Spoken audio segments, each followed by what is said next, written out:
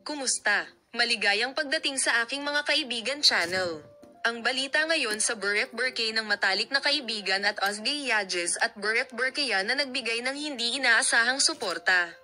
Sinusubukan pa rin ng mga tagahanga na takutin si Ozzy Yajes at ang mga alingaw-ngaw tungkol sa lumalagong pagkakaibigan ni Burek Burkay at ang katahimikan ng dating Gokberk The Mercy sa isyong ito.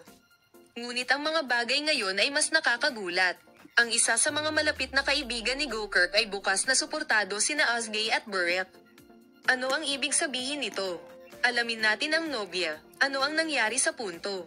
Si Gokberk The Mercy, na madalas na nakikita sa gym at mga paglalakbay sa lipunan, ay nagustuhan ng isang post kasama ang kanyang kilalang kaibigan na sina Ozzy at Burek. Nakita na magkasama sina Ozzy at Burek sa isang bagong shoot ng photo.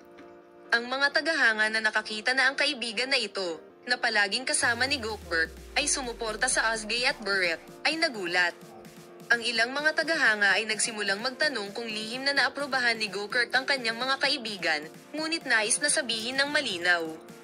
Bibigyan ka namin ng mga detalye sa paksa upang makita ka sa mga bagong imahe.